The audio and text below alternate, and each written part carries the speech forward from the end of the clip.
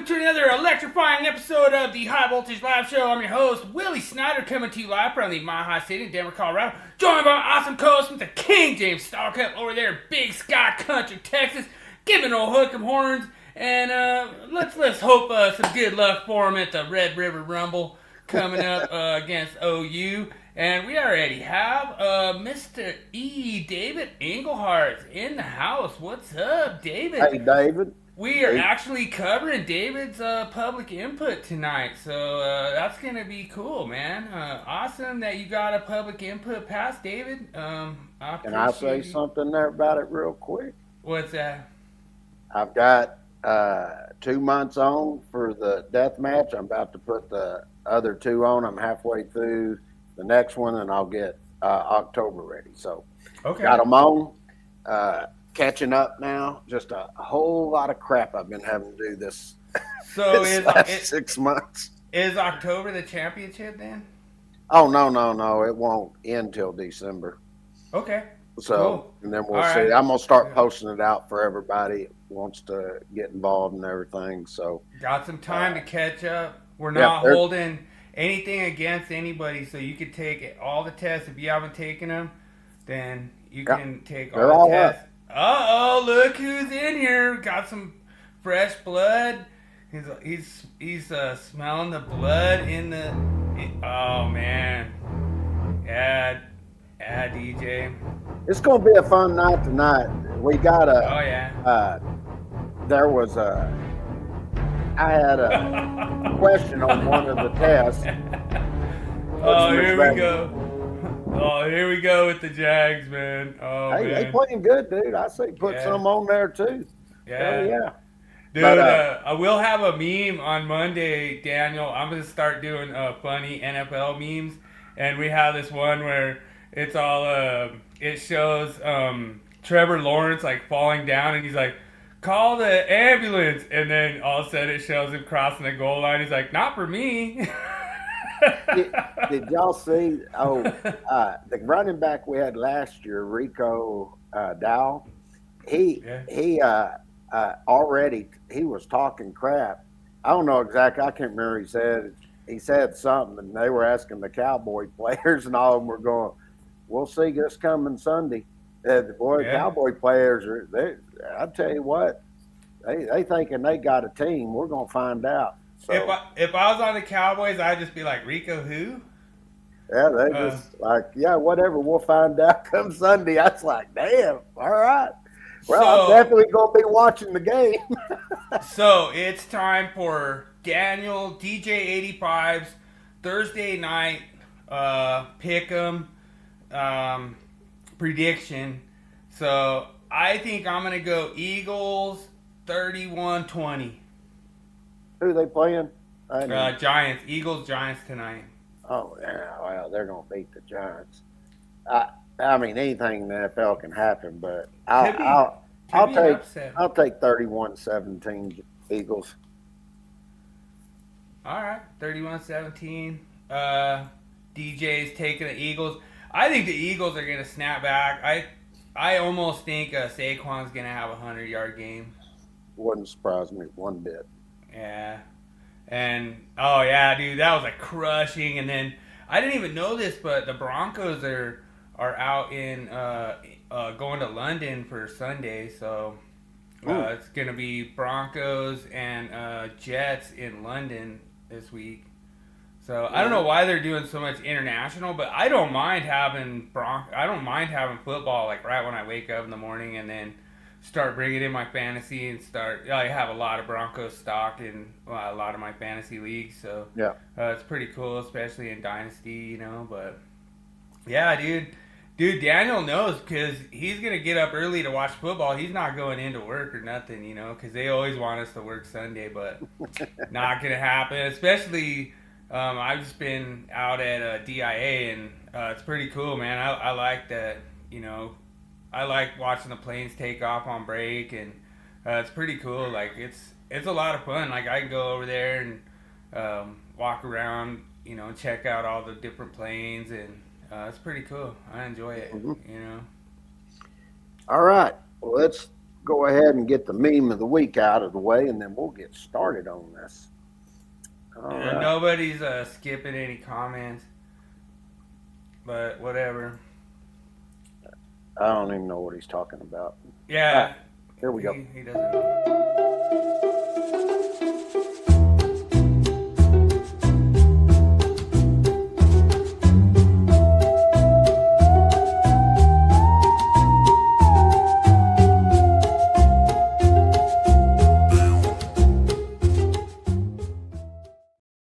Dude, that's so funny because, like, I mean, typically we have, like, these different kinds of setups on job sites, and everyone knows that the Sparkies have to have their own porta-john, and then that's why there's all the buzzards flying around it, you know.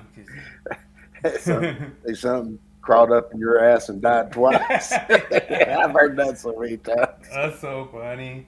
But we have... you have audio, don't you? Yeah. Speed. Landon Scott, yeah! Avalanche. Oh, Captain! My Captain! Welcome back, Cap!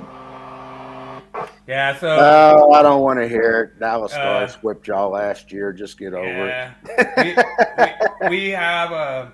I want to say something about it. Y'all were talking crap to me last year that come playoffs, Stars going to fold, the Avalanche going to kick your ass.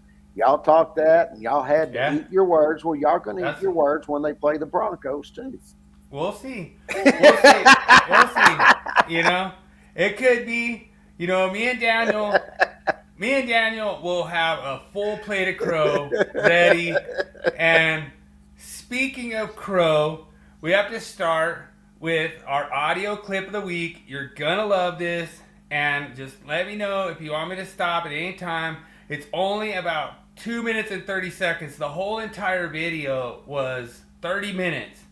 And I got the best 2 minutes and 30 seconds from a code change video that's not even a code change. But let's check it out. All right.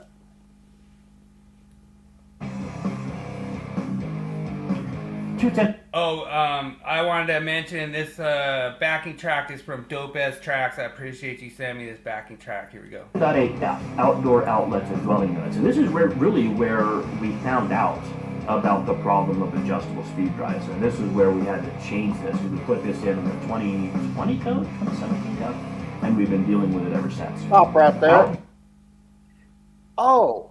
He doesn't even know what about that. We just found out about the adjustable speed drive systems. Oh, you mean you didn't have any technical merit where you did any testing to see if we actually needed this? You're just admitting what we've been saying all these years. And we that's unbelievable. And you know what gets me is, Jesse Duvea? He come in and made a comment on you where you did 625.54, and he goes, I can't believe, Bill, he didn't have technical merit, but yet we have this. I fully expect Jesse Duvea, Jeremy Weed, every one of y'all, Tim Fritz, y'all need to go over to his site right now and say the exact same things that y'all said to Bill. Yeah, and I guess nobody cares now. Yeah, okay. It's just like the liberal media against Trump, and they're always. I mean, I can't believe that I actually heard some of the media not giving him credit for what's taking place, him signing the peace deal. That goes to show you right there. It doesn't matter, and I've said this over and over, it doesn't matter what we prove or anything here. There's always going to be those guys over at ECD that are going to come on here and talk crap and stuff, and they won't say it about the other people. Yeah, and, like I say, the Standards Council disagrees with you, Jeremy, so bumming. Outdoor outlets at dwelling units, which would include hardwired equipment, including those in the following locations, must be GFCI protected if supplied by single-phase branch circuits rated 150 volts or less to ground and 60 amps or less. It used to say 50 amps, now it says 60. So that was David Englehart's change that was his public input. That he submitted to change it. I agree with David that why would you say 50 over here and then 60 over there? It just doesn't make any sense,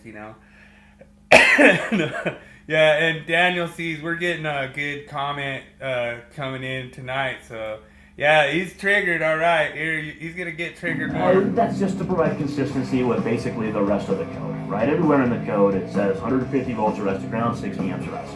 For some reason this was 50, now it's 60. It's consistent across the board. Yep. Outdoor outlets still.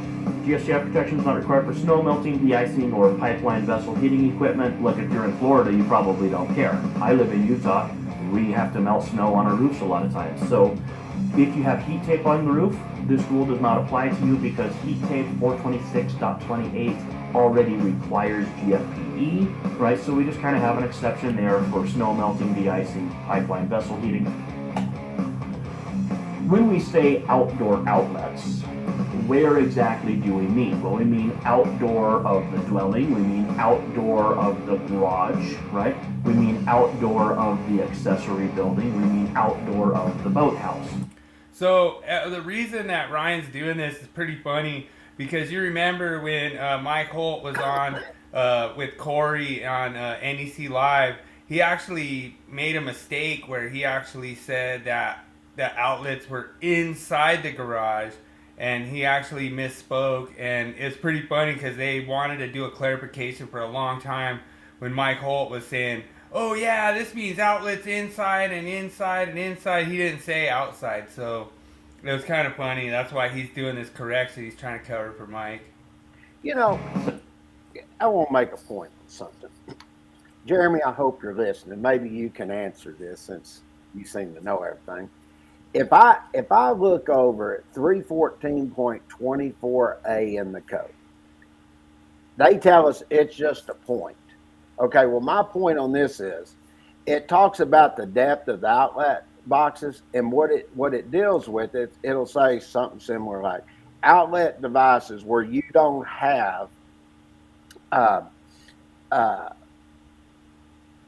devices or utilization equipment enclosed inside those. It tells you that you are required to have a minimum depth of a half an inch. Now, if that is the case, how do you get a depth on a point? That's what I've been asking this whole time because they're calling it the box is the outlet.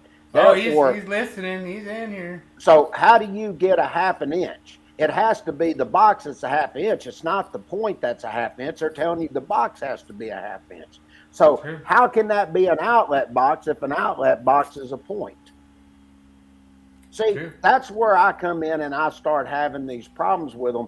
And that's why I say when you go in and you start looking at the depth of these outlet boxes where it's without an enclosed device or utilization, or it does have an enclosed device, they have different dimensions for them based on what's going in, and they're calling the box outlet. They're not calling it a point. Right. And this goes back to what we're going to get into in a little bit, where Jeremy called me out on one of the death match, the question I asked. Yeah, and that's in lieu of a box, Jeremy. So how do you explain the utilization equipment being a box? Yeah, that's what I'm saying. All of this is making no sense on their part. And, you know, he called me out and said, well, that's actual load on this one. We're going to show him a little bit. I'm going to show that he doesn't know what he's talking about there also. But this is where they come in and attack, and they take one part of the code, take one little section, a definition or something, and say that applies to everything. And they don't use the code as a whole to go see all the other parts in there that prove that that's not what they were trying to tell you. And you're just taking a part of it, and you get these so-called experts like Ryan, Mike, and all these others telling these people this, and they're completely wrong on it. Well, I'll just keep playing this audio here. Okay. But what you're going to notice is that, like, Ryan is trying to kind of double down on all his other code change videos and just keep pushing this through, like, this is how it applies, this is how it applies, this applies to hardwired equipment, and, you know, it's just really funny. Outdoors at the dwelling, outdoors at the garage, outdoors at the accessory building. By the way, if you know where I took that picture, type it in on the comments in the YouTube video. If the equipment in these locations gets replaced, then the outlet for the equipment must be GFCI protected. Okay, so this is a big deal. If you have an air conditioner at your house, you replace it, you gotta have GFCI protection. You know, if you have multi-family dwellings and you have vehicle chargers out there, you have to have GFCI protection. Now, this is probably a 480 volt unit, so it wouldn't apply. But if this is my apartment building, you know, if you replace that, you gotta have GFCI. So that's actually He's wrong. He's wrong. That's actually incorrect. So EBSE is not subject to 210.8F, and that was ruled by the Standards Council. So Jeremy, you need to go call him out and tell him he's a fraud and a liar like you do everybody else. But you won't do that because you sent for him, like we've been saying. Yeah. Okay, that's cool. Let's get in the myth of the week. I'm so ready. Let me just finish this. Okay. It's like another 30 seconds. We added exception 3. Listed Class C SP GFCI is allowed for HVAC equipment instead of Class A. Right? The general rule here is. Why do we have to go to this special purpose GFCI? Because it goes right back to what we were talking about just earlier when he was talking. They went and put 210.8F on these outdoor outlets and started saying, oh, AC units, all of this, and they had no technical merit to do so whatsoever. And that's exactly why now they're referencing these other GFCI devices. In other words, they got caught with their hand in the cookie jar. And the Standards Council did exactly what I said they were going to do when Jeremy and all the rest of them told me I didn't know what the hell I was talking about. Yeah. And actually, James has proven to be the expert on this because he's been right and you've been wrong, Weedman. So. Oh, and this, let me go on this. This is the same guy saying all these guys disagree with you on these code making panels. Yeah. Well, let me tell you how that works. You get like IAI or some of these others. They put people on there and they're not experts in that particular field. They're filling positions basically on these code making panels.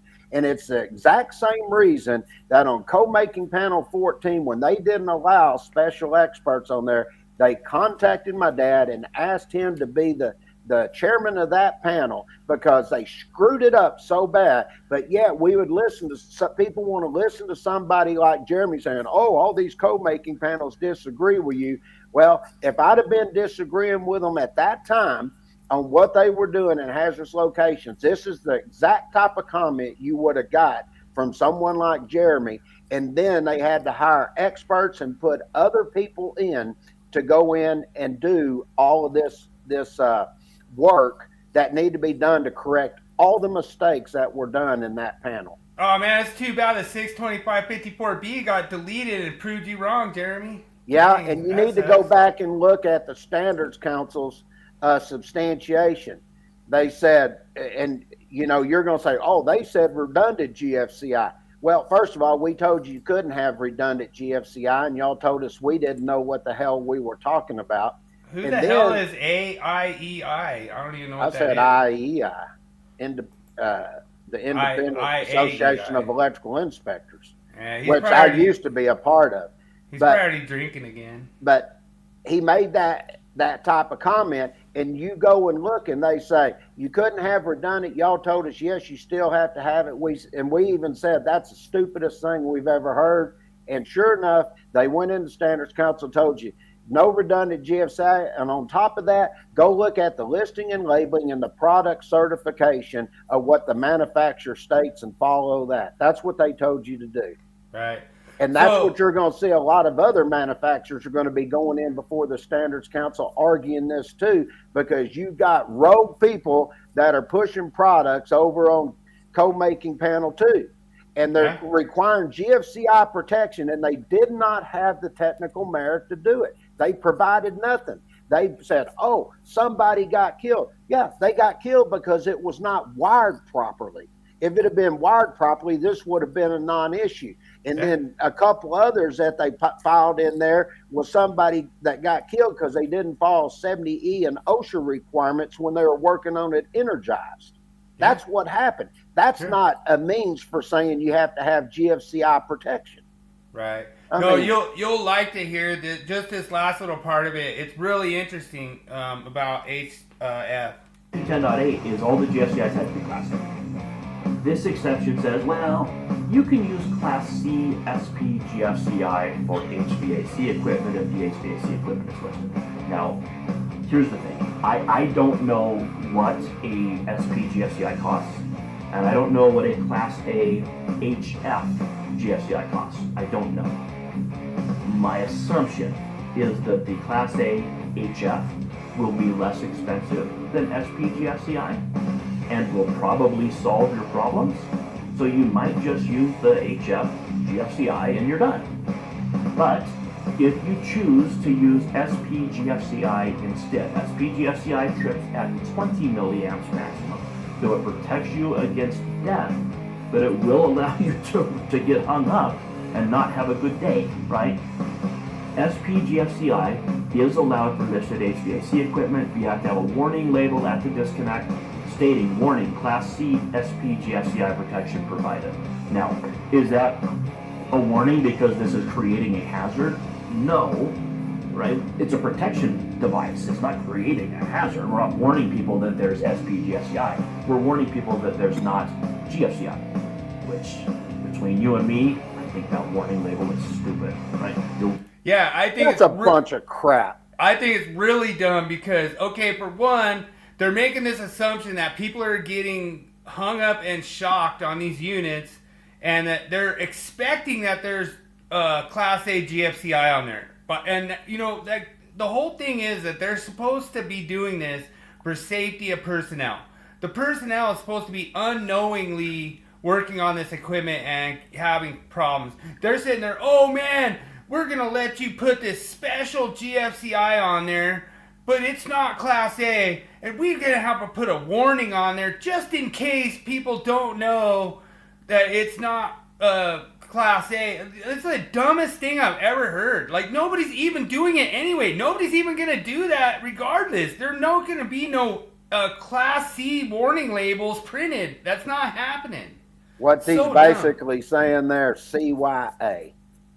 Yeah. That's what they're trying to do because they got proved wrong. That's what it was. Yeah. Give them the clown music. Dude, I'm doing this for you, Daniel. You know, anytime Weed Man comes in the chat, starts coming in here, starts, going off like he's doing, then we just got to go, all right, dude, here's the outlet. There's no outlet like you claim. There is no outlet. It's a termination. I've been saying that over and over, and I've never backed off of it. If there is an outlet, it doesn't matter on that EVSE. You got to put GFCI on there because 210.8F says so, because y'all misinterpreted it. Yeah. But now the Standards Council's coming out saying, no. Well, we can go to the myth of the week. I just wanted to finish that out because I thought you'd enjoy that little warning label thing. I did enjoy it. All right, kick it off.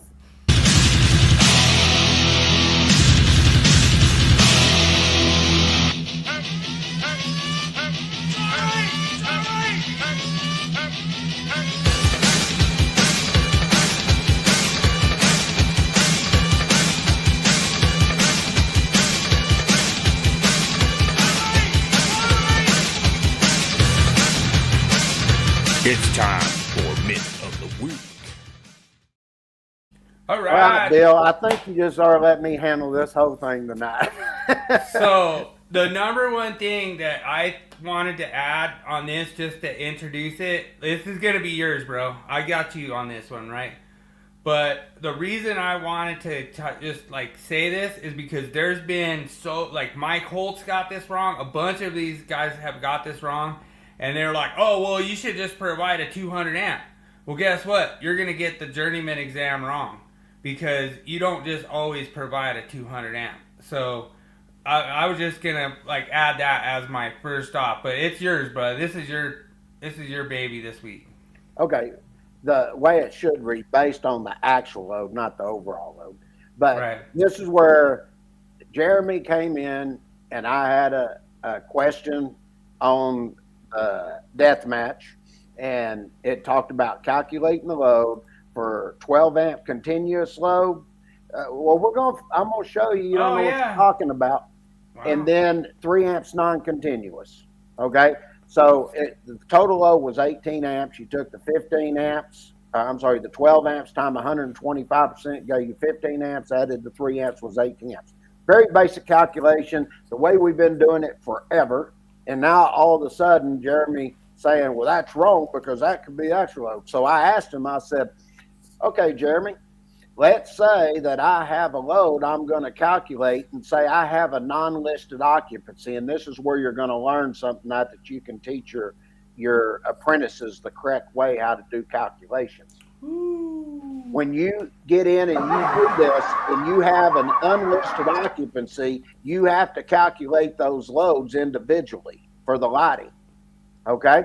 So when you come over here and you start looking at this, he sent this. This is from the IAEI book.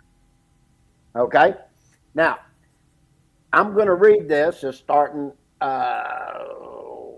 let's see where I want to start this and right here. I'll just start right here, the second sentence here, and start that paragraph. And this is what it says. Articles 220 and 120. It says section 120.5E resolves this by stating directly that the 125% multiplier is not to be used when calculating the load value of a load that is continuous. Okay, now let's see what they wrote here, where there are 3 bullet points, and I'm going to show you where this is completely wrong. We didn't even do this as a change because we actually knew where it come from. Okay, right. Apparently, these are code making panel members that are supposed to know what they're doing, that all contributed to this. But yet Jeremy's going to tell you everybody disagrees with you, and I'm going to show you where this is where you got to pay attention what publications you're going to buy, because this is the kind of stuff you get. And then it gets out there in the electrical universe and people start believing this, and this isn't correct. So what it says in bullet 1, continuous load adjustment is for conductor and overcurrent protection device sizing only, not for determining calculated load demand values. Now I'm just going to stop right there. Where do you think that the demand values come from? That's where you need to pay attention here. Where do demand values come from? There has to be some particular demand they're talking about. Right. Okay? And I'm going to show you where it used to be and where it is now, which is 120.5E, and what the intent was actually behind that. Now, the next point they put in, they say the base value of a load. Okay, the base value. This is going to be a base value based on the demand value. Okay, right. It says load remains the same for Article 120 calculations, regardless of whether it's continuous. This is correct because it's already taken in when you start looking at what they're using for those demand values that are in the table. I'm going to show you that here in just a minute. Now, this is the third part that gets me more than everything. They tell you all this, and they basically say the 125% multiplier, watch this, still applies when determining conductor ampacity or selecting the overcurrent protection devices, but that occurs after load calculations, not during it. Have you ever seen anybody do a calculation and it has continuous and they just do everything at 100% and then they go back and figure out what's continuous and put 125% on it? Nope. I've never seen that. Nope.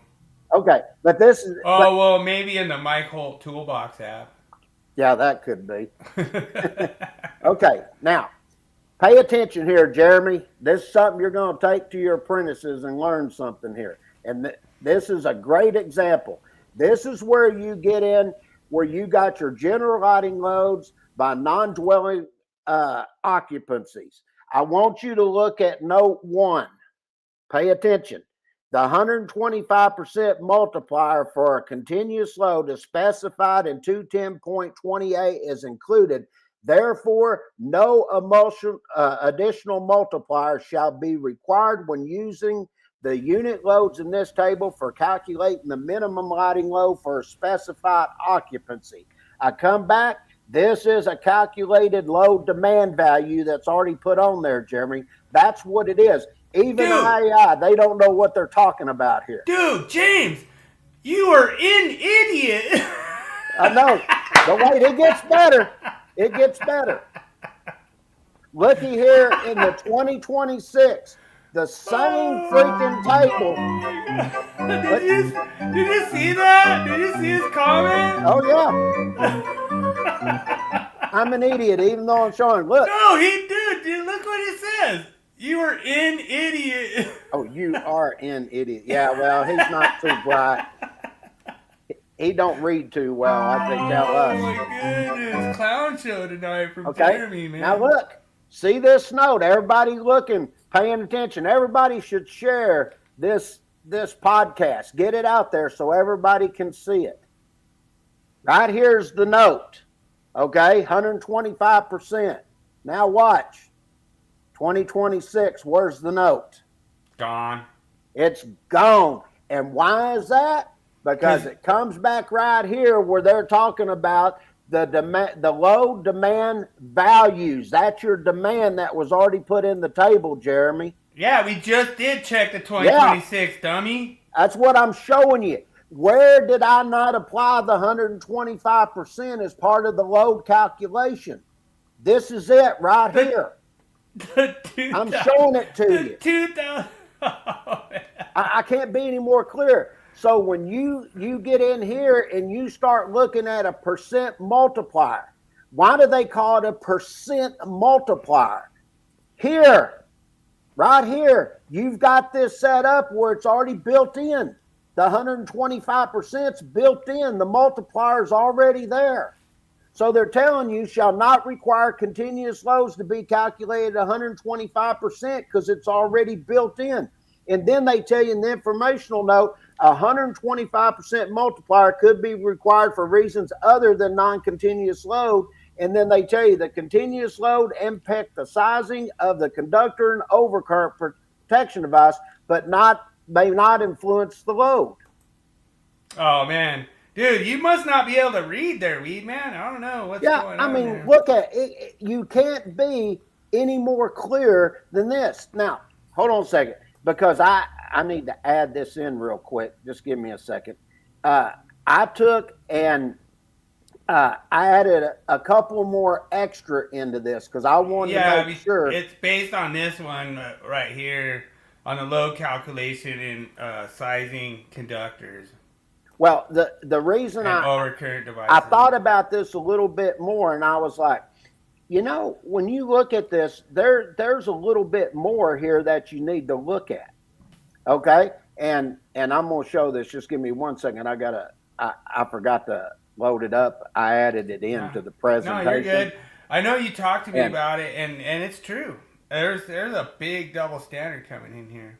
There really is, and that's what I'm saying. We're showing y'all where it says this, but I'm going to take it a little step further because Jeremy, he was telling me that this doesn't apply to services. Okay, well, let's take a look, and I'm about to pull this up, and let's see if what he is saying is actually correct. It's loading up right now. And once this loads up, I'm going to show you, and we're going to go through, and we're going to look at the parts that go to this. Okay, because there's parts. Here we go. It's loaded now. Okay. Now, let me go through this, and I'm going to show everybody what I'm talking about. What does 230/43 have to do with this? I'm going to go through and explain all this. Okay. Now, when you go to what used to be Article 220 and go to the new Article 120, what does Article 120 deal with? Branch circuit, feeder, and service load calculation, and then it tells you in the scope which parts to go to. Now, if it just dealt with just load calculation, it's just the load, then why would I need to refer this? And this is why I was telling you the other day, Jeremy, you need to go look at 230.42A1, okay, because that deals with services. Now, if it didn't apply, then he said A2, which I don't know. A1, A2. all that's the same. Now, if you come in here and look at 120.4, it tells you you're doing these load calculations. These are all the specific articles you need to look at. Okay? Right. So if I'm doing motors, for instance, and I'm sizing the conductor, what do I take it at? 125%. Yep. Any additional motors, what are they taking at? 100%. 430.24. I mean, I can sit here and do this all day with just this one thing here, but they're referring you to all these different articles. Okay? Then looky here. Not only do they go that far, but they also come in and they've got a part here, part 2, that deals specifically with what? Branch circuit load calculations. Right. So when I'm coming in and say I'm doing the lighting, which is what I was trying to tell them, you look at here, what do they reference here? 120.42. Okay. Well, if I look at that table there, I don't have those unit demands anymore that's there. So I have to calculate all the lighting loads individual, and you do it based on like what? A branch circuit load calculation. Right. I mean, this is all here. When I'm doing my cooking appliance loads, look you there. 120.11C refers you over to table 120.55 with all the notes. Mm-hmm. Okay? And then I come in and look here, I hit part 3, and what does it deal with? Feeder and service load calculations. Right. Okay, well, if that is the case, and they're referring me to this and telling me to look at after all these parts have been applied, let's just see what it says. The general calculation says, the calculated load of a feeder or service shall not be less than the sum of the loads on the branch circuit supplied as determined in Article 120, Part 2. Well, let's go back. What was Part 2 that I had to use in order to do my feeder and service load calculations? Oh, hell, you got to be kidding. I've got to do it as a branch circuit? I mean, it's there in black and white. And then... you have to check to make sure it's not coming off a fuse disconnect. Yeah, but look at this.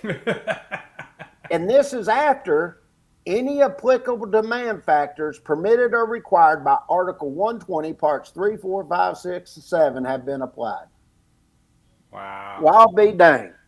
So if you listen to Jeremy, Jeremy's going to tell you, oh, you just, the actual load, that's all you need. Well, no, it's the calculated. Basically, I like to call it this. It's the connected load, because that's what you're calculating for. So when you look at all this, this is what's tying it in. And then you get over here, and after you see this, then you look here, and then you see, here was a note, the sum.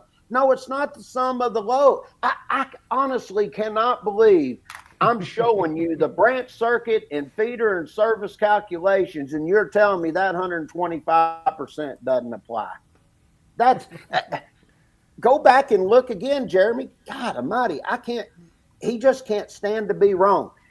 Why do you think 120.4 is in there for specific purpose calculations? Are you telling me that this table shouldn't be in there and I shouldn't be using these sections to determine how I'm going to size the conductors? They're just going to, all that's going to be just based on actual load? This is unbelievable that he actually thinks this. And I'm showing him right here, and I've just got a little part of this part 2 here, but you can see they're telling you everywhere to go, and it says branch circuits shall be calculated in accordance with the following sections. Here's your sections they're giving you, Jeremy. Yeah, and then we're, I come we're over showing here. You the 2026. That's the whole point of this, dumbass. Yes, this is 2026. I'm showing you. See, 120, not 220. Let me go back so you can see it again, Jeremy. Article 120. 120. Okay? Look at here. 120. It's exactly the same. They removed the note so we didn't get dumbasses like you teaching your students incorrect information. Yeah, and they're telling you to do. Now look, it says branch circuit load shall be calculated in accordance with the following section. I didn't even check, but I thought it was 220 in 2023. Hold on.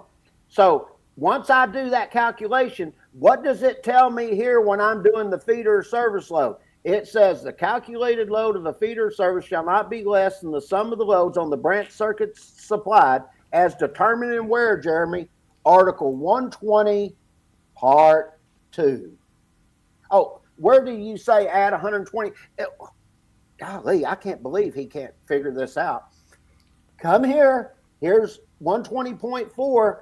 Let's see. Motors, calculations here. I come across, we'll do motors, several motors, or motors and other loads. Come across, it tells me to go to which section? 430.24. What does it say over there, Jeremy? 125% for the largest motor. All the other motors are taken at 100%. I'm just giving you one example. Okay? And then I just can't believe this. Okay. He's just lost, man. Here's the branch circuit load. The service tells me to do it based on that. Then I come over here. Here's table 220.42A. This is the 2023 code. You have the note in here for your unit loads that are specified that you don't have to use 125%. You paying attention, Jeremy? I go to the next one. Here's 2026. It's been removed. And voila, there's 120.5E. Unbelievable. Hey, we have an upset alert.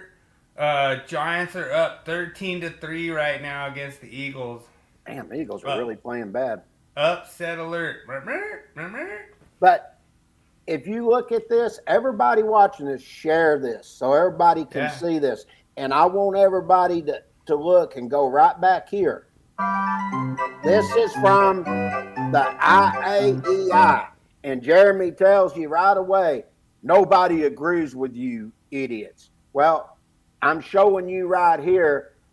Y'all keep saying this, we're idiots, blah, blah, blah. And we're showing you where it come from, what got deleted, how you go about putting it in. 124 for a continuous, not what? Can you look, Jeremy? Pay attention. I'm just amazed. He really doesn't understand this. If you go look at 120.4, it says motors, several motors, or motors and other loads. Then you come across, it tells you pick up 430.24.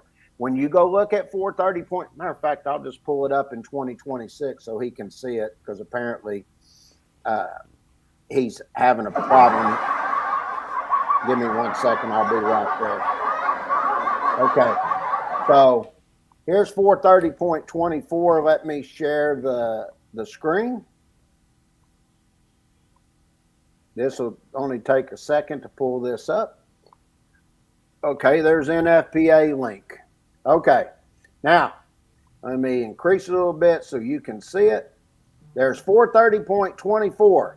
It referred me from Article 120. And it tells me here the largest motor is taken at 125% and the rest are taken at what? 100%. Okay? The only thing you have to worry about other than that, where some other percentages might be applied, is when you're dealing with short time, intermediate, periodic, or varying duty type motors, which is over in 430.22E. Right. Okay? So right. that's where we're at on that. And so anybody looking at this is where I always tell everybody, take the code as a whole. Yeah. All along. This is showing you right here. Specific purpose calculation references. 120.4. And this is a general requirement that's in Article 120, which used to be Article 220. Then you come over here. Here's your branch circuit calculation loads. And then when I'm doing the feeder or service load, it tells you to go back and use the loads that are determined by what? Article 220 or Article 120 Part 2. And here's Part 2 that deals with the branch circuit load calculations. It cannot be any more specific, and it can't be any more clear than that right there. And then when you come over here, this is in the 2023 NEC. This 125% multiplier, which was for the unit load, which is what the IAI book was talking about, this is where it come from. They didn't even know where it come from. And then you take and look at the 2026, see there, the note's gone. Yep. I mean, anybody watching this, if you can't see that, I can understand why Jeremy doesn't. Yeah, he's amazed. Like, I guess he got awakened. No, we have a new person that just joined up in here, SB, and he has a question for you, James. And like, dude, James is the best guy to ask this kind of question and understand what the demand factors are. And like, I don't know what you're really lost on, SB, but if you could like send us a little. I'll help you out right now. Don't worry about it. This is actually a good one because Jeremy always says, I don't know what I'm talking about and all of that. Well, I'm just going to make some problems up off the top of my head. Okay. So let's just, your look. Well, I'll just do a couple of them real quick and make it a little bit easier. Okay. So we'll start with looking at, say, column A. Okay. Now, when you go over and you look at column A, I'll just give you, well, first of all, probably the best thing would be to do here, since we're looking at it like that, is to take and look at what the table says. So I'll go over and I'll pull up Article 220 for you, or it'll be 120 now, 55. So let me get over there real quick, and then we'll look at that. And I'll do this with 2026, since I already have it pulled up. Yeah, so, SB, if you could give us like more information on maybe parts that you're confused on too, that would help. Because King James, he tears it up. He's the man. He's just easy math, you know. I try to be. All right.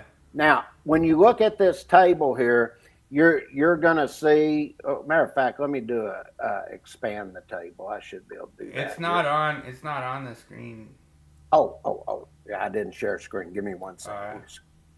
Sorry about that. No, that's all good. Okay, so I'll come here. You can't be perfect every Thursday. I never claimed to be. Well, the Cowboys ain't playing. Ooh. Okay, now these are your demand factors. You got 3 columns here that you're going to look at, and you got column A. This is where you have your ranges and everything that are less than 3.5 kW, and then column B is where they're over 3.5 up to 8 3/4, and column C is where you're over 8 3/4, but you're not over 12 kW. Okay, and they're very simple to follow and be able to do these calculations. So if I'm looking, excuse me, bless you. I'm looking at a calculation load, and let's say the first one that I need to take, and I need to do a calculation that is under the 3.5 threshold. Okay. So let's say I'm going to calculate a range, say it's 2.5 kW rating. Okay. Now, right there, as you're looking at that table right there, you're going to take that 2.5, and you'll see for one range, it tells you to take it at 80% right there. Right. Okay. So I just take that 2.5 times 80%.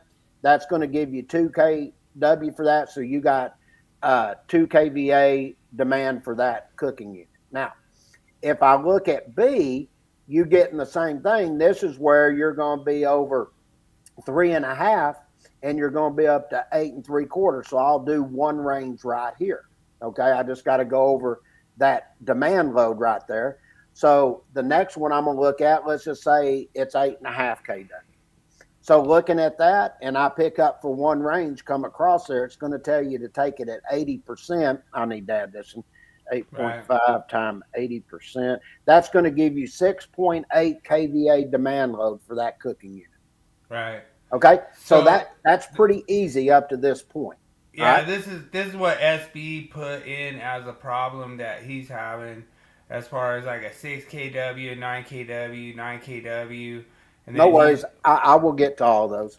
Yeah, and that's cool. And he's just showing that as just an example. But appreciate you, SB. Thanks for joining us, man. It's freaking awesome, man. Yeah. Glad you get to tap the knowledge of King James. The original King James LeBron stole his name. You need to quit stealing my stuff, brother. Yep. All right. So the next one, let's just say we'll do 2 cooking units on the next. We'll say we got one at 12 and one at 10. Okay. So all I'm going to do here is take those 2 and look across, and it's going to tell me for 2 units, it's good for what? 11 kVA or kW. Okay. KW, yeah. Now, that's your answer. You don't have to do anything else from that point right there. All right. Yeah. Now, let's get into looking at the notes. The notes are very important to look at when you're doing these type calculations. So I'm going to scroll down here, and I'm going to. Am I right that when you go into the 9 kW, then you have to consider it like an 11 kW, or I can't remember exactly off the top of my head how. Well, yeah, as we're starting to get into this, you'll start to see. I'll explain all these notes as we go through it. But as far as just doing column A, B, and C, that's pretty basic. Now you're going to be looking at using column C when you're going to use note 1 here. Okay. So what they're going to ask you here, they're going to say, when you have a range here, it's over 12 kW to 27 kW. Nice, SB. Appreciate you, brother. Thanks for joining us, man. Right. And they tell you they're over that through 27, and they're all the same rating. It says for ranges individually rated more than 12 kW, but not more than 27 kW, the maximum demand, look here, it tells you to go to where? Column C, shall be increased 5% for each additional kilowatt or range of rating or major fraction thereof by which the rating of the individual ranges exceeds 12 kW. Okay? So let's make up a problem here. Let's just say I have a range, what do I say, 25 kW. This is very simple. Okay? So you're going to take 25 kW and then you're going to subtract that by 12 kW. That's what you're going up to. You can't exceed the 12 kW. All right? That's going to give you 13 kW. Now, from this point, it tells you for each additional kilowatt rating there, you had to take it at what? 5%. Yeah. So you take 13 kW, 15, that's 65%. Okay? Now, since you did one range and you're going to be looking at column C, then I'm going to scroll back up here and I come across, pick one range up at column C. It says it's good for what? 8 kW. Yeah. See that? Mm-hmm. Okay. So that's what I was talking about, because the 9 makes it over. Right. So you've got 100% of the load plus the additional 65%. So you're going to take that 8 kW times 165%. And that's going to give you 13.2 kVA. Okay? Right. Very simple to do. Now, the next one I'm going to look at is note 2. And what does note 2 state here? It says where you're over 8 3/4 kW through 27 kW. Oh, and let me say this. If I had 3 ranges there, I would take it at 14. You see that? If all the ranges are the same rating. Okay? Oh, yeah. So if he's going off the 6 column C. Yeah, 6 kW, 9 kW, 9 kW. So if all 3 of those are 9 kW, then it'd just be 13 kW, right? Now, what he's asking here is where I've got them of unequal ratings here. Okay. And then it says, for ranges individually rated more than 8 3/4 kW and of different ratings, but none of them exceed 27 kW, an average value of rating. So I've got to average the value rating of those 3 different ones there, shall be calculated by adding together the ratings of all ranges to obtain the total connected load. Then listen here, using 12 kW for any range rated less than 12 kW, okay? And dividing by the total number of ranges. So if I got 3 ranges, I'm going to divide by 3. Then it says the maximum demand in column C shall be increased 5% for each kilowatt or major fraction thereof by which this average exceeds 12 kW, okay? Right. So if I look note 2 and just say, and I'll do a bigger one. Let's say I've got a 12, 14, and 20. Okay. Right. Now, if you had 9 and you had a 9 and a 12, all those others, or say a 14, you'd have to bring all the others up to 12. Okay. Right. So if I had a 12, a 14, and a 20, 12, 14 plus 20, that's going to give me 46 kW. Now, what did it tell me I needed to do? I needed to take, I've got 3 ranges, and I have to go in based on this right here in note 2. It says I have to do this calculating, adding these together in order to get an average value of those ranges. Right. So I'm going to take that 46 kW, divide it by 3. I just did it. That's going to give me 15.3. So I'm just going to round down to 15. Okay.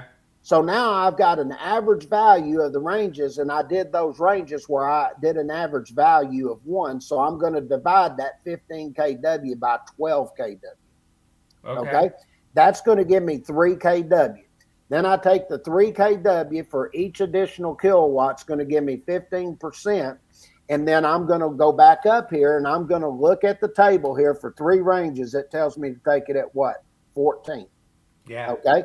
So I'll take that 14 with the 15% I had for the 3 additional kilowatts. That'll be 115% for total load.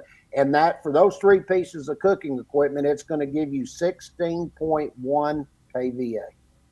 Okay. Nice. Now, I got one more, note 4. And the thing that's so cool about this, SB, is the reason why I wanted to do this podcast with King James was because he wants to make sure you have the right answer on every question. So we're not just answering your question, we're answering every one of your questions when it comes to demand factor. So you got a special treat tonight. I don't ever tap this side of King James, but let's go to number 4. And then, actually, I want to go to note 3. Or no, 3, sorry. Yeah, I was going too fast. Then it says where you're over 1 3/4 kW through 8 3/4 kW, in lieu of the method provided in column C, adding the nameplate ratings of all household cooking appliances rated more than 1 3/4 kW, but not more than 8 3/4 kW. So for the calculation you were doing, you were going to be in note 2. Yep. And multiplying the sum by the demand factor specified in column A or B for the given number of appliances shall be permitted. Where the rating of cooking appliances falls under both columns A and B, the demand factors for each column shall be applied to the appliances for that column and the results added together. Okay, so let's make a problem up. Let's say that I'm going to do 2 cooktops that are 12 kW each, and then I'll do 2 ovens that are rated at, I'll do 1 cooktop at 12 kW, then I'll do 2 ovens at 6 kW. Okay. Now, what that note's telling me there is I need to add all of those together. Okay. So I'll take the 12 plus the 2 6 kW ovens. That's going to give me 24 kW. Then I treat it as 1 and I divide by 12. Okay. So I take that gives me 12 kW. Then I'm going to take that 12 kW at an additional 5% for each one, which is 60%. And then I come back up there and I look at the column there for just 1 unit in column C. What does it tell me to take it at? It tells me take it at 8, doesn't it? So, Jeremy just texted me, he said 125%. Yeah, no, I'm just kidding. So you had 60% there. What are you going to do? You take that 8 kW plus 100% of the load plus the 60% for each additional kilowatt for the load, and that's going to give you 12.8 kVA. Yeah, okay? and hopefully, SB, you understand that because that's what we do this for. That's the whole reason we wanted to do this podcast, because it's fun to like learn and do this myths and bring up these demand factors and stuff. So appreciate you joining us, SB. I just have a question if he'll respond. Did that help? Because I went through it pretty intense. It sounds like he kind of got something out of that, And the reason he thanked me was because I told him that you are the original King James. Like LeBron actually stole your crown, you know what I mean? Like you are the original King James from the old. Well, I'm going to set him up here. Let me tell him where he needs to go. Give me one. Yeah, so the Stall Cup electrical education is the best out there. Like, it's so much fun. I'm so honored to be like affiliated with the Stall Cups, and it's pretty cool. Like when the Standards Council is like, "Oh, we accept your email" or whatever, you know. It's just so funny, and then you're like, "Yeah, it's because it said Stall Cup on it." I was like, "Dang it!" I thought it was because I was a cool guy, but it's pretty fun. I enjoy it. It's cool, you know. Okay, there we go. Okay, Yeah. I sent you a link to the that's on there, the Stock Up Electrical Education, where Yeah. we have the learning management system. And when you get into those type of calculations like that, you want to go over and get the master publication, because we get into all those high-end calculations where you're doing all the stuff for residential and commercial and everything. Nice. And just to give you an idea, they've been using our books for over 40 years, and they actually use our books to design tests. So, Yeah, dude. and the great thing about it is when you go over there and you're learning from it, it's one thing that I'm showing you do it, but we do everything step by step with the sections, tables, and everything, so you know where this information is code coming loops. from. Code Code loops, yeah. The thing that is so awesome that I love is the Stall Cup electrical education teaches you the right answer. If it's wrong, reach out to us and we'll figure it out, because almost every single time it's not wrong. It's somebody's calculating it wrong. I had an instructor call me and told me that our calculation was wrong. I said, well, where is it? And went over there, and then I went through and explained, and he goes, my bad.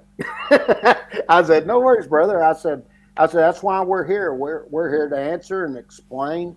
You know, we help instructors all across the world that are teaching this. Yeah, check it out. I think, Yeah. matter of fact, there's some free stuff on there too. That you can look at. You'll see our illustrations, or when you go and look, there will be parts there showing you what the illustrations look like and all that.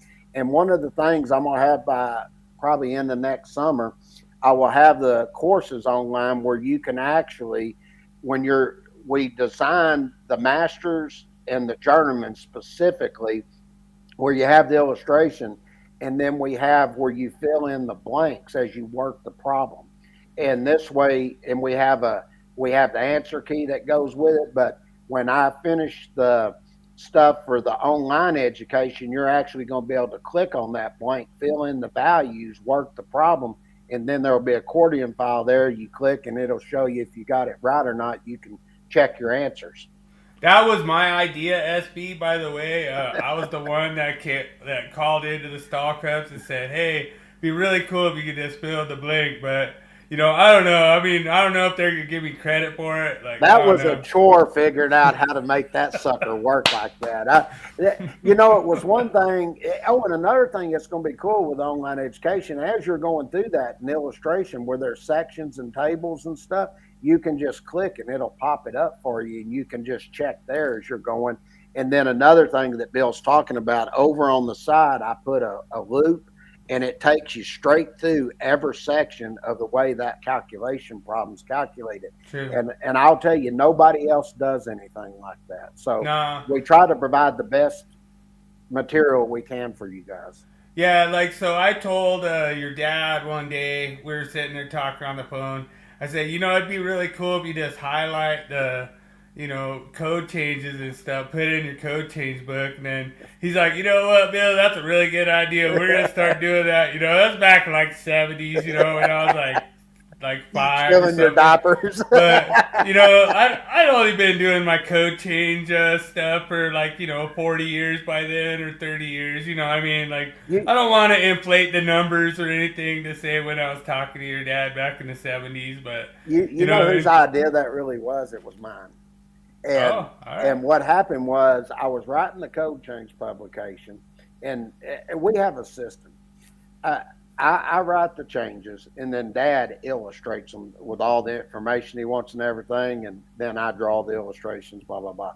But when I was looking at that, I was going through it, and I started seeing certain, you know, it'd just be a couple of words changed or a sentence, and I was like, that'd be pretty cool if I highlighted that.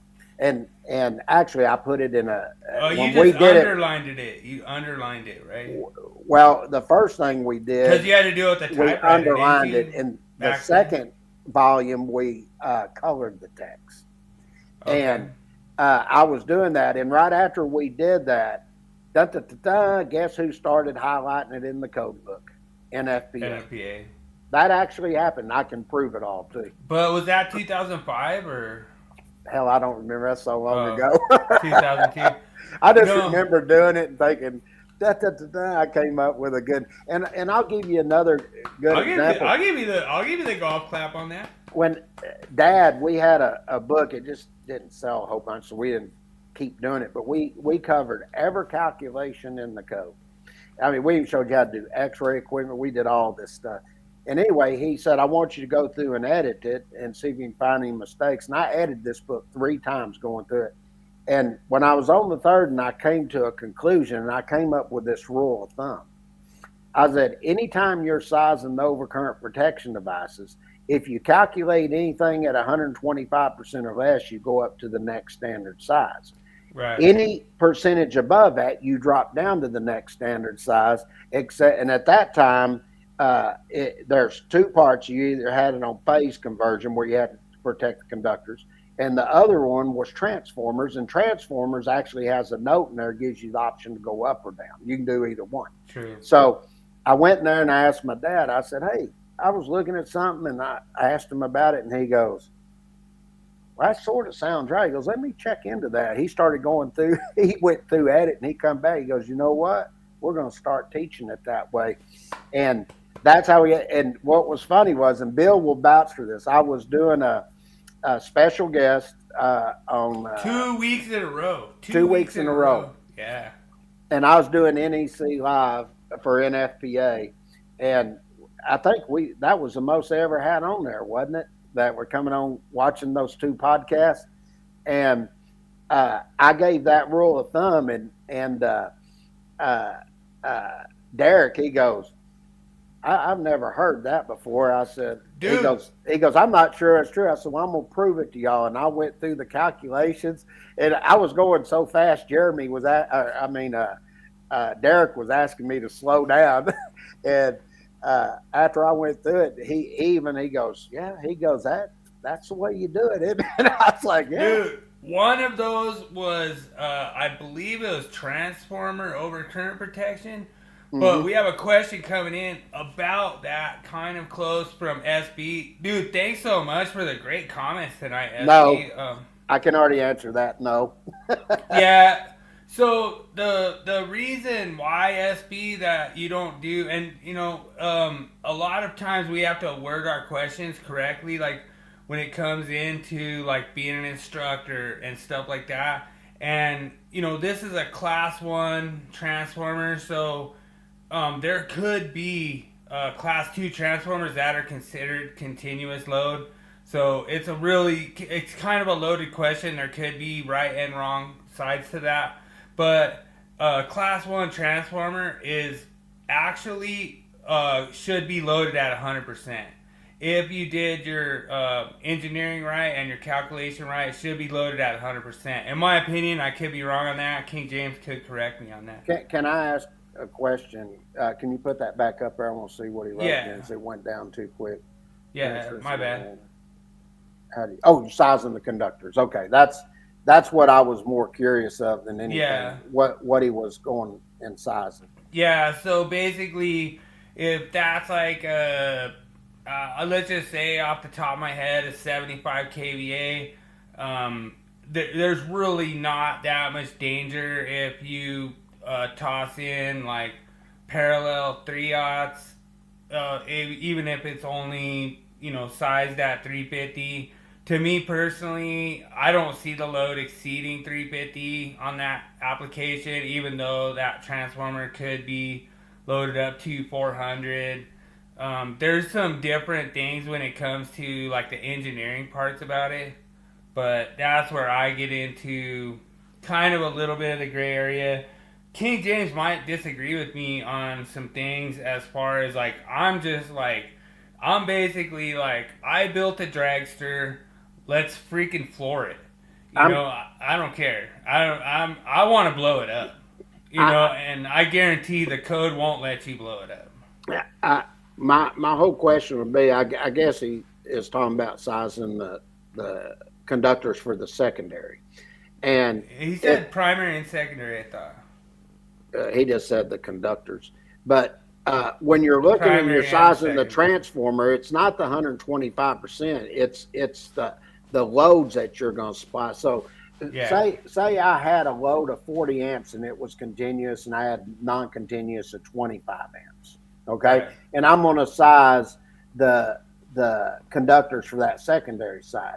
So where you're going to go and pick this up, you're going over. Say I'm going over feeding a pound board, and I'm going to be looking as a feeder going over. You're going to look at 215.2A1. So I would take the 40 amps at 125%, which will give me 50 amps. And you got 25 amps of non-continuous is 25 amps. That's 75 amps. So you got 75 amps of load that you calculated for your continuous loads. It's not the transformer that's the 125%. It's the loads that you're supplying, and the transformer's operating True. at 100% load. True. So you go over and look at table point. 310.16, and you got 75 amps. Well, what's the next size above that? It's going to be a number 4. So you would need number 4 THW and copper conductors there. True. Okay. And no, that's a really good point, James. Another thing to look into SB, like when you're going into some of these, is this transformer located outdoors?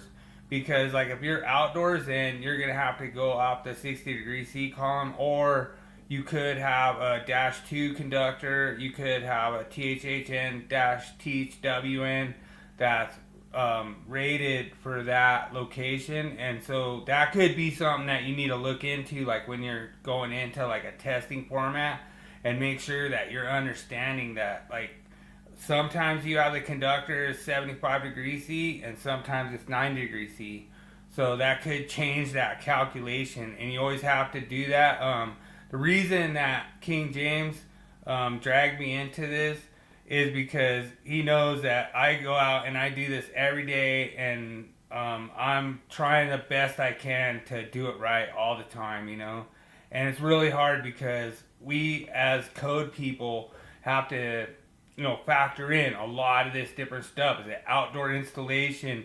A lot of times, like when you ask questions on here on our podcast, like bring in additional information in there and say, hey, I have a question about a transformer located outdoors. I have a transformer located indoors. I have a transformer located above a grid ceiling. This kind of stuff, because then that's where we come in to where like, hey, I've seen that before. You can't do that, or you can, or if you do it, go off this table and stuff. So that's the stuff that's really cool about SB joining this podcast this week. It's really cool. We love to answer questions and stuff. I'm just kind of giving that extra clarity as far as answering the question. Like King James is never wrong, but if you like have the conditions wrong, then he'll just say, "Oh no, that's the Longhorns on Sunday, not the Longhorns on Saturday." So you have to watch. You have to be really careful about the conditions. You have to put in like little extra information in there, because all these people have been texting me all week and they're like, "Hey, what's wrong with the Longhorns? Ask King James Lab on the show." And so we built They're all sucking. the way, I'll make it real easy for everybody. we built all the way up to this point where I could ask you what's wrong with the Longhorns. Well, I will say this, SB. Join the podcast if you don't mind, and if there's any other electricians, tell them about it. Have them come on over. That's what we do. Yeah. And I've been doing this for a long time. I'm actually I'm about to go off because I'm tired of doing it all the time. But I've been on the 70E committee pretty much since it started. I'm on the EECA committee, which is electrical equipment and chemical atmospheres. That we handle the standards NFPA 496 for purge and pressurize, 497 for your flammable liquids, and then $4.99 for your dust and stuff. So, and we every now and then, if there's something you want to see a podcast on hazards, you want me to show you how to correlate that with the NEC, I will, because it's very important that you know how all that works together. But that's something that we do on this podcast. You know, we get a lot of requests, and all we ask is share it to everybody. Share it and just subscribe. And we're here to help everybody out. That's all we ask. Yeah, so he says he has an MCC that has 25 kVA with number 2, but 150 amp on secondary, but thought a number 2 was only good for 115 amps. I'd have to see the calculation. Yeah, to see what was done there. Yeah, and SB too, you're gonna have to look at whatever your load is, because it could be fine. If your load's below that, then you're good. That's right. So. That's what I say. I got to see the calculation, what that load value is, because, you know, a lot of times that's and this is another example to sort of show you, because it depends how the load was calculated. I'll give you an example of that, SB. Let's say I calculated load and it was 58 amps. Okay. Now, if I go over and look at table 310.16 and I'm using 75 degrees C, the next value above that 65 amps, which is a number 6. Now, if I go look at 240.4B in the code, it gives me the option. I can protect the load or the conductor. And where you get the permission to protect the conductor, it's going to be in parentheses. So I look at, from that point, I look at 240.6A. I can protect the load with a 60 amp overcurrent device, or I can protect the conductor with a 70 amp because the conductor is rated at 65 amps. And that's why I say I need to see the calculated load there, because I have a feeling that's what they did. Yeah, and the thing is, too, SB, that you're going to notice is, like, when you go into the engineering, you'll say, hey, you know, this transformer is capable of 25 kVA, I want to say, is probably in the neighborhood of probably maybe like 70 amps, something in there. I don't know exactly, just guessing off the top of my head. But 60, 70 amps, whatever. So you're saying, okay, well, you know, these guys are putting it on 150 amp with number 2s and all this. But the whole thing is, like, I don't know exactly what the whole situation is. I'm just speculating. But you can't just look at the numbers and just go, oh, I know what's going on here. You have to actually look at, oh, it's 104 amp. Okay. So 104 amp secondary. Oh, there you go. So, that's what they did. Just like I was saying. Yeah. And so, yeah. But I'm just saying, like, I'm just basically just kind of speculating, like, you don't know what they're doing over there in the, engineering spectrum of it. And a lot of times, me and King James are actually smarter than the engineers when it comes to, like, hey, is this how you guys, like, the way I present it is I present it to them and I say, hey, you have 104 amps of secondary, you have this primary, and you have this grounding, and da-da-da-da-da. Is this how you want me to install it? Boom. You know, that's how I send it to them, you know. I've had many engineers that worked with different inspection departments and stuff that have called me when it deals with calculations because they were unsure. So yeah, and that could be true. SB, 150 amp breaker on number 2 could be, I don't know. That's pretty close. What's it feeding? Is it feeding the motor? Well, no, it's a step down transformer. Oh, it's a step down transformer? Yeah, it's a 25 kVA. I think he said number 2 with 150 amp secondary. But the whole thing is, well, hold on a minute. It is, I have an MCC with a 25 kVA with number 2. Okay, so that's, I guess you're saying that's on the primary, but on the secondary you have 150 amp. That's totally Yeah. different. That's a different Yeah. two separate calculations. Well, he's saying that he has 104 on the secondary. I guess maybe that's the load. I don't know. I'm trying to understand it, but the whole thing is that honestly, SB, like if you just email me, or you just email whatever you want to do, Willie Snyder period 1 at gmail.com. You could send it over to me. I'll try to go through it, look at it, whatever. But the thing is that a lot of what the engineers do is they do it for a reason. They're already padded for some reason on a certain side. Like if there's no load on it, then that's, to me, that's what it sounds like.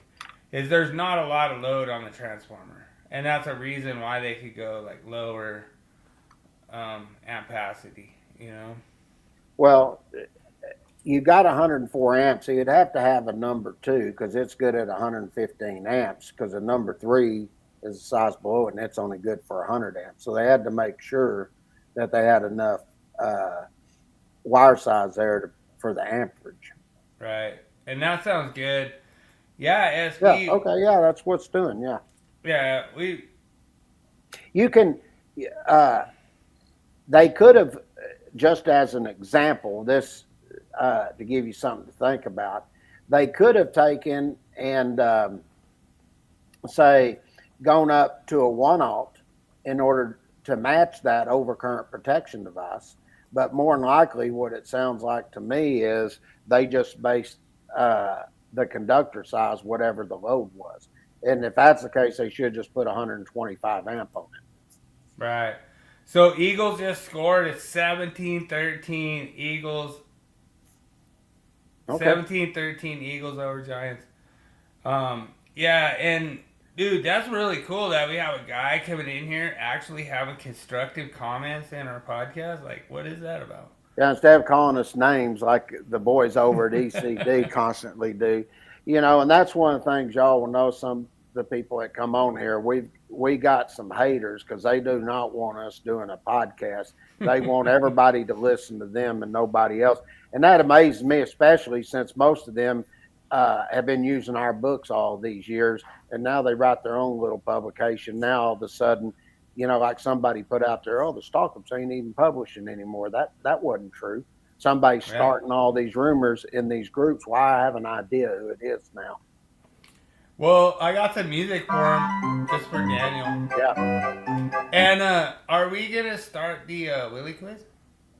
Yeah, might as well. We're not going to be able to get the topic of the week. We got tied up on all kinds of stuff. Wasn't that the topic of the week? SB thinks that was the topic of the week. So. Yeah, well, stay around because now you get to answer questions because right. You'll like the Willie Quiz. Everybody likes this. Yeah. And you just go in. What'd you pick it on this week? What's the subject? It was like records, like world records. Oh, okay. All right. All right, let's kick it off. So David has a good comment. That's right. I agree with that. That is exactly right. Good comment, David. Thanks for hanging in there, and thanks for dealing with the weed man garbage.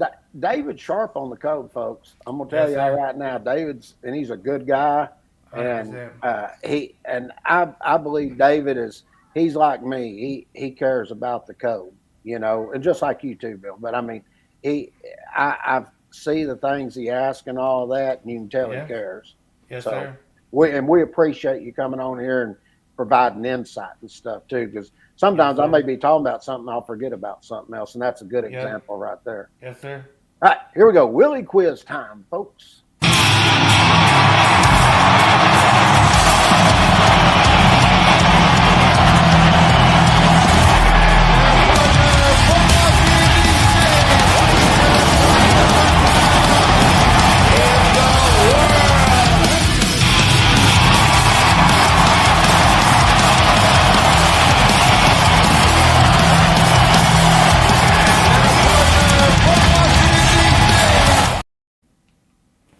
All right, so the drum roll has been replaced tonight. Sorry. I forgot to put drum roll in, but tonight it's gonna be the ESPN thing. All right. So, what's You got some stupid ass questions. I can see what's coming. What's the record for the most? Why is that stupid, dude? Like, come on, man, dude. Like, dude, how am I gonna get you, dude? How am I gonna get you? All right. So, what's the record for the most metal spoons balanced on a human body? Is it A, 37? Is it B, 50? Is it C, 79? Is it D, 102? Or is it E, 117? Good luck, everyone.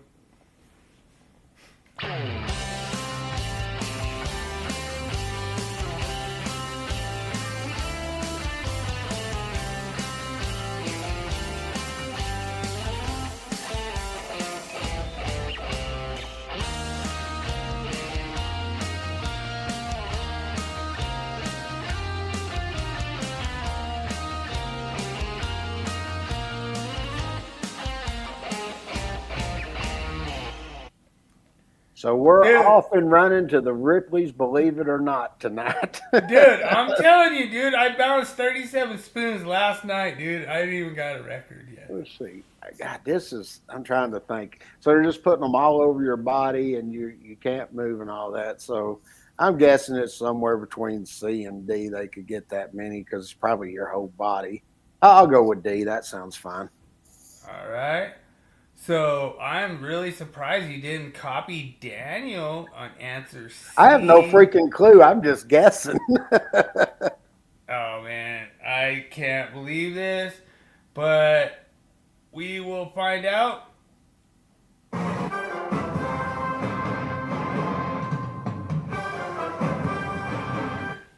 Daniel has the right answer. Guess question number one. Answer is 79.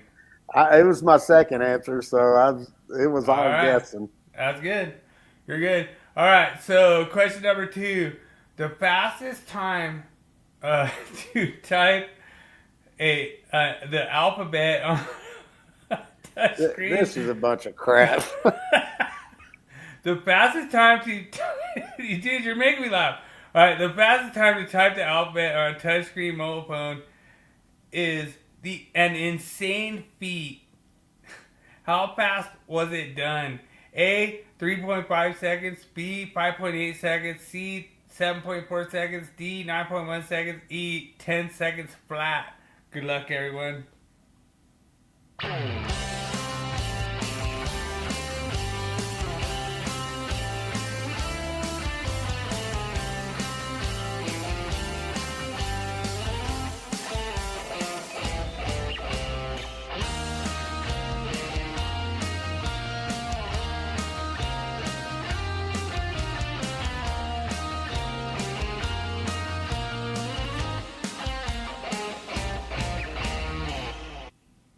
Well, as fast as I've seen some of these kids do it today, top on their phone, I'll go with B. Hell, that sounds like a fairly decent time record.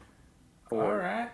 Wow, I cannot believe that you're not copying Daniel tonight. Daniel goes with 3.5 seconds. I'm just going to... There's no freaking way.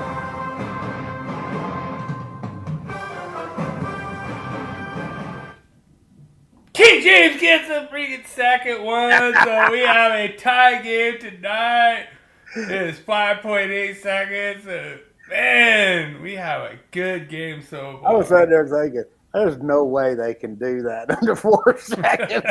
I was sitting there in my mind, there's no freaking way. Okay. Dude, it's incredible. All right, question number 3. What's the longest distance ever swam underwater in one breath without fins?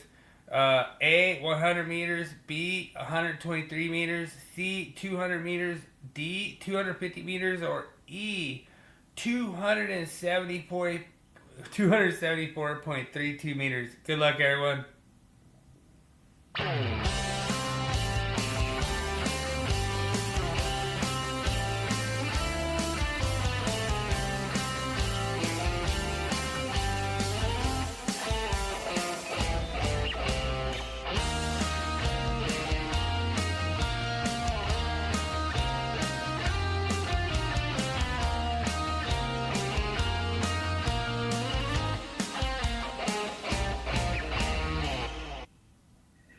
This is man. I was really thinking about this, and I think you're probably looking.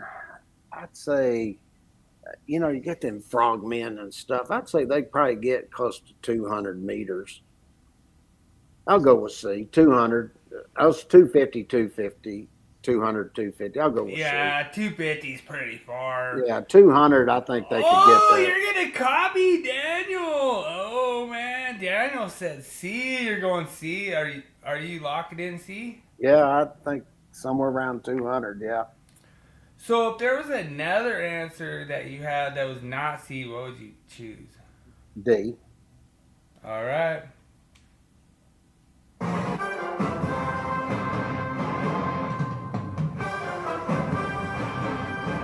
The correct answer is D. So King James gets it right on his second answer. I was guessing. That's all I could do. Let's go to question number 4. The heaviest weight lifted by a human beard is, well, hairy business. How much did it weigh? How much weight? What was the largest record weight lifted by a human beard? Was it A, 60 pounds? Was it B, 85 pounds? Was it C, 140 pounds? Was it D, 155 pounds? Or was it E, 161.66 pounds? Good luck, everyone.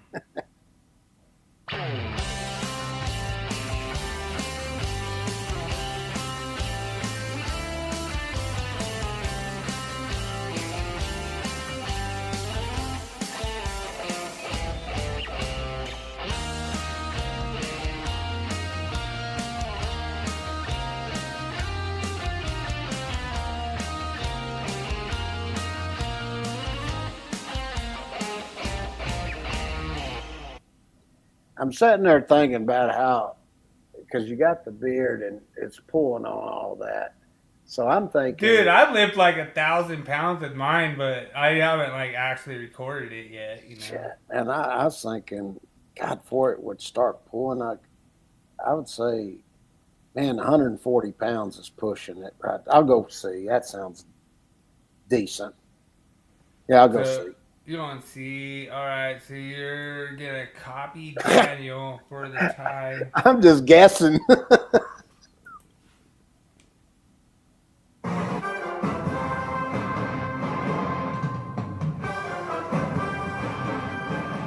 You guys are both correct. Really? On answer C. Yeah, 140 pounds. That was a record. Wow. So, all right, question number 5. The most tattoos of I tell you. the same word on the body belongs to an American man. What word did he have tattooed over 400 times? Was it A, love? Was it B, metal? Was it C, chaos? Was it D, awesome? Or was it E, sin? Good luck, everyone.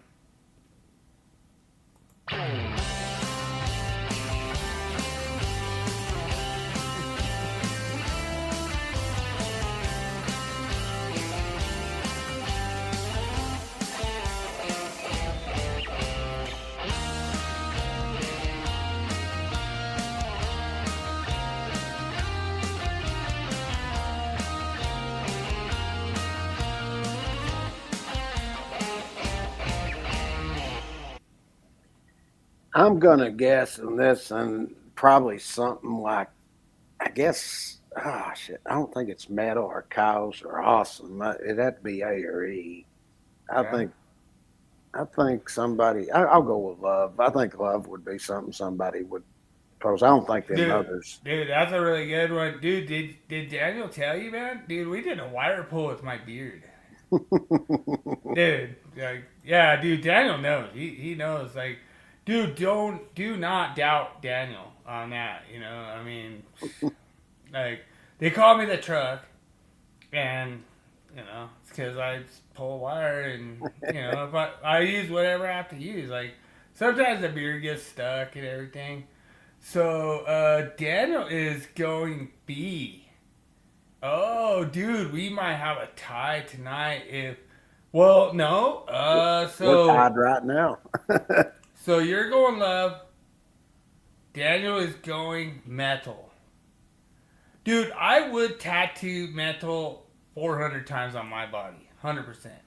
All right. Let's see who's right.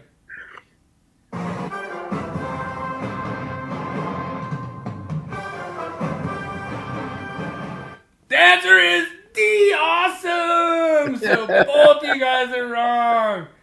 Oh, we have to go to the tiebreaker round. Yeah.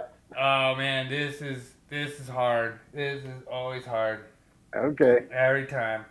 So I have to kind of like dig into the deepest I can go. Let's see what I can come up with.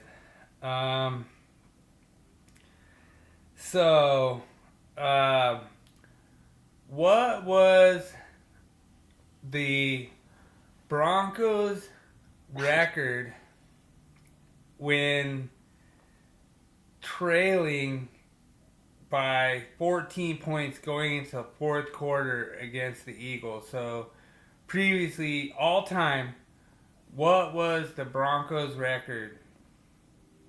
Against the Eagles. Yeah, against the Eagles, all time going into the fourth quarter when trailing by 14 points. I remember you talking about this. It was like 1 in 114 or something like that. All right, 1 in 100. You say 1 in 114? Yeah, I'll go with that. Let's see if Daniel gets closer to that. Ooh, Daniel's taking the under. Oh man, I'm gonna have to go look it up now. I have to go look it up. I remember talking about this, and I got close. Yeah, so Daniel's taking the under. 1 in 113 is what Daniel's taking. King James is going one higher. Let me see. No, it's not against the Eagles. It's against all teams. Okay, that's because I remember we're talking about it. I said 1-0, or 1 in what did I say? Like 1 in 8 or something like that. When it was no, Eagles. you were right. I'm gonna have to like look it up, but we might have to look up the like question of the week. So let's see, Broncos record all time when trailing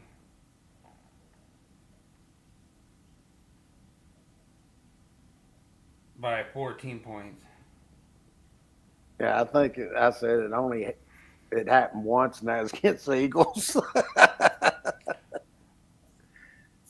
You know, it happened one time before. Yeah, let's see. Oh my goodness. Daniel wins! It's 2 in 112. So it was 1 in 112 previously. So Daniel takes the win. Dude, I can't believe that. I can't believe that. Oh. It's the record is 2 in 112. He waited to my answer, then went one under me. Dude, you're always copying his answer. Like, how could you say that? I mean, that's crazy. As always, big shot for Adam. Appreciate you, Adam, so much. Awesomeness that he, promotes our stuff. And that's so awesome. It's so cool. Adam, love you, Adam. All right. We Pickle shower, got Tool of the Week and Question of the Week and Wall of Shame. So Yep, let's go to Tool. All right.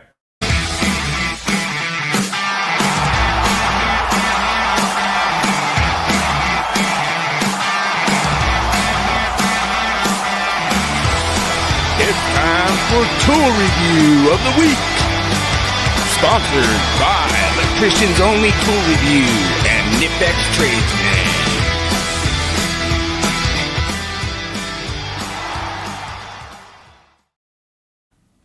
So I always promote the tools that I like, and this is one of the tools that I like. This is like one of those fold-up Allen wrench sets.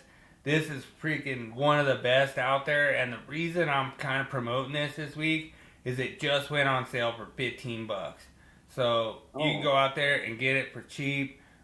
It's really cool. It's got all the sizes. It's got 3/8, quarter inch, got all the sizes. And this is SAE. You could buy a set that's metric too. But this is going to be a quick tool review this week. But I just saw this. I was like, man, you get this thing for cheap. It's Milwaukee. You're not paying for the name on this thing. And it's got all the sizes you need. And it'll just tear it up for you on the job site. So All right. that's my Easy one.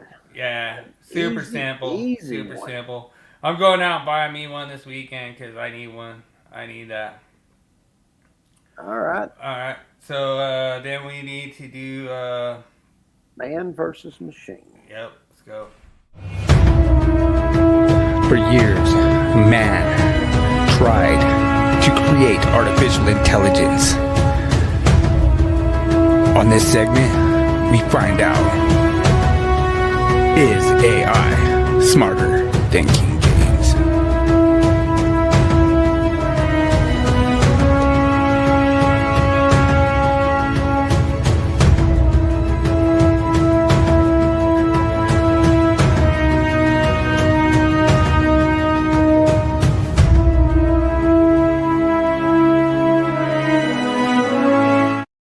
You know the funny thing is, I'm waiting for like the time when you tell me like, hey, this robot wanted to like touch my finger and I didn't want to do it.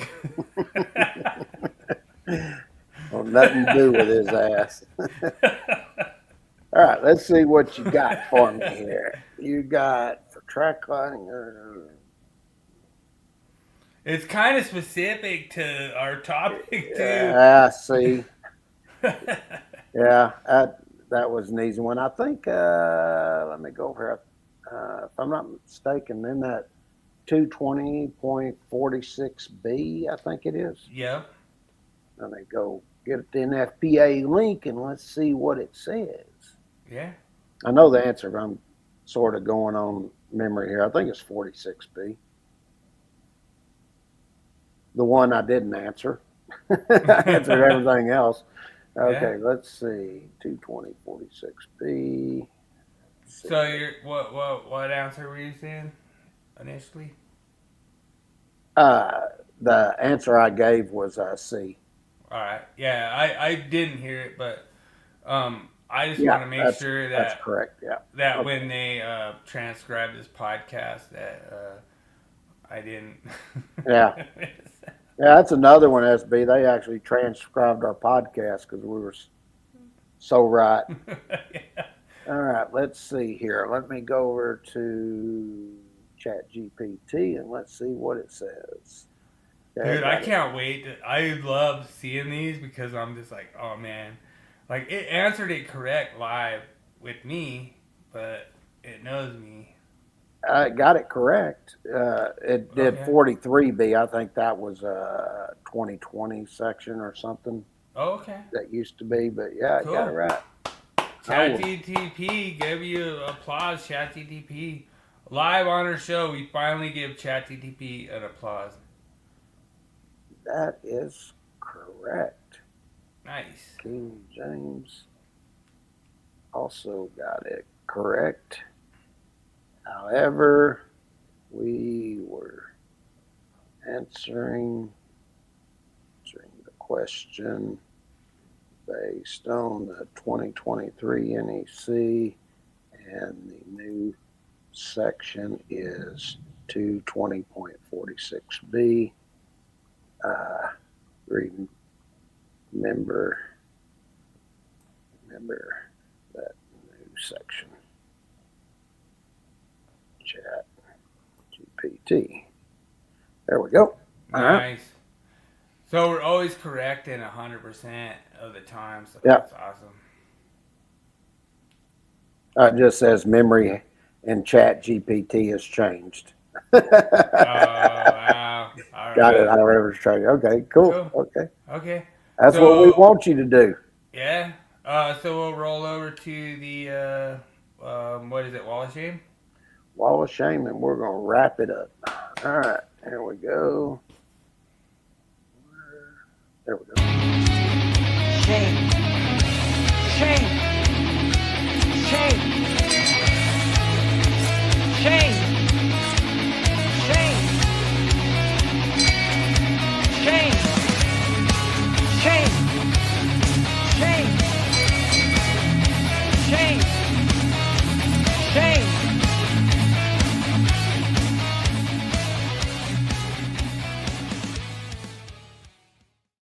Dude, I'm telling you, what I love so much is that I'll tell you guys a little fact, and then you and Daniel have to remember it, and then guess what? If Daniel gets it right, you look ridiculous. Now, so this one is really kind of interesting because it's like coming out of, it looks like some kind of a soffit ceiling or something, you know, like it's hard to see, but it looks like it's some kind of like a soffit ceiling thing. And then it's weird because you have that like chain thing that's like holding it up or something. Yeah, I see that. So it was really weird, like when I saw it, but there's a lot of trifecta of weird stuff going on there, you know. I'm just curious what the hell he's got the chain on for, what he's trying to hold up. I can't even tell what it is. It's some kind of a light is what I'm guessing. But this was Mark Wire from the Electrical Wall of Shame group. And like I say, when I saw it, I was like, there's a lot of weird stuff going on here. Like, obviously, the MC is not rated for... this could be a damp location. It's definitely not a dry location. I don't think. I wouldn't guess that it's a dry location, but it's just weird how it kind of like goes into the soffit, like the way it kind of goes in there. And then the way they transition, and then there's like that weird cover thing. Like, that's weird. Like, they just like fabbed up some screws on there. That's custom made, baby. Yeah, I know. Dude, are you telling me that this is on your back porch, man? Dude. That's custom made equipment. That the only thing missing there was a field installed label. Dude, I'm telling you. Well, the Eagles better put some respect on Jackson Dart, but yeah, dude, I agree. I traded away Jackson Dart. I picked him up on waivers. I needed to get RB2, so I picked up JCM. I picked up Bill. I got Bill. But you know, it's one of those things. It's like me and Moss are always like battling back and forth when it comes to trades. And I told Moss, I was like, dude, send me a trade, I'll take it, you know. And then he gave me a JCM, who was it? Sam Darnold and Kirk for Ted McMillan, Jackson Dart, and who else was it? I told you not to get rid of Jackson Dart. Yeah. You get better. You didn't listen to me.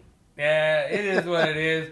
He'll go. DJ, he doesn't listen to any of us. We try to teach him what to do. He won't listen. The thing is that like, dude, Moss is over here just, oh man, Dart, oh, going crazy.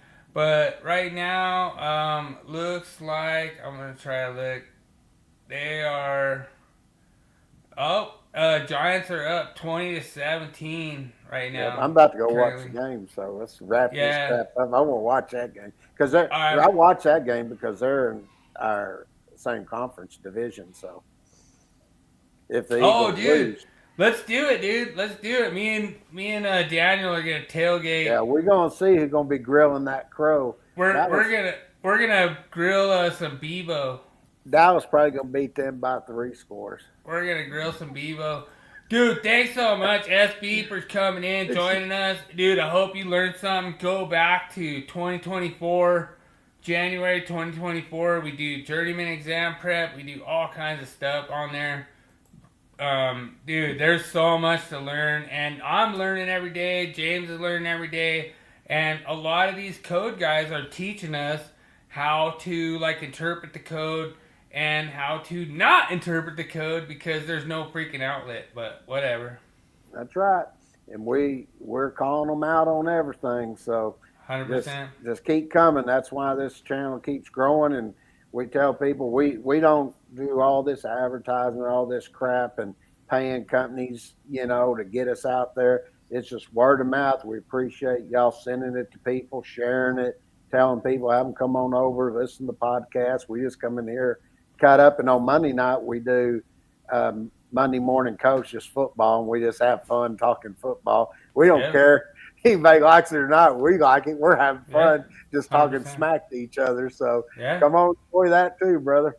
Yeah, and one of the things I wanted to say too, SB, is that, and this is to anyone out there, if you want to sponsor this podcast and you want to show that GFCIs are not compatible with your product, I will do testing on it. I will 100% go out there, do testing on your product, and I will show that it is not compatible on GFCI. I will show all my public inputs. I will show all my stuff to the Standards Council, and 100% we won in 2026. So that's pretty awesome. And like I say, you want to prove to these code guys that they don't know what they're talking about. We do, obviously, because we won in 2026. So Yeah, and if there's awesome. something that they're telling you and you don't think it's right, just come on and ask us. Yeah, We'll go over it and we'll look at it. we got them. We All right, tore them let's up. wrap it up. I'm ready to Hey. go watch some football, baby. Hey, just remember, make every day an easy day, James. Every day's always an easy day. There you go. I like it. Unless you're revising the whole 2026 code book. But no. That's going to piss me off and I have to update all that. But, hey, I do what I got to do, brother. All right, brother. All right, No, I everybody have appreciate a you. good night. See Thanks, y'all everyone. next week. Enjoy football. Y'all enjoy watching Texas whoop Oklahoma's ass. Yeah. Yeah, we'll see. It ain't gonna be no points this time. All right. Later, All everybody. right, deuces. Peace.